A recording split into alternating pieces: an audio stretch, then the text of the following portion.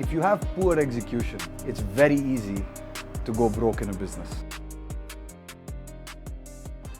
So I think most entrepreneurs would agree that the one most important thing for us as entrepreneurs is communication. And I prefer to over-communicate rather than under-communicate. But one of the things that I learned very early on in life is that verbal communication creates a lot of confusion because it's open to interpretation. But communication that happens through the means of documentation, whether that be an email, whether that be a document signed, whether that be a contract, at the end of the day, written communication is probably the most important thing that entrepreneurs seem to miss along the way. So one of the most important things that I learned along my journey was communication, but having that communication documented. In the very early days of my business, like I said, I was running the HR department, and there was somebody that was taking loans from the organization, had a lot of petty cash, and everything was on the basis of trust. We trusted this person to manage the funds correctly, and that ended up in a very long drawn labor case, which cost us money, made us lose some more money because we didn't have enough documentation, and taught me a lesson for life.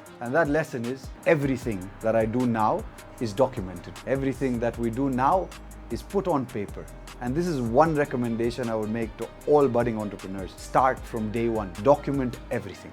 Here's what I think about timing versus execution.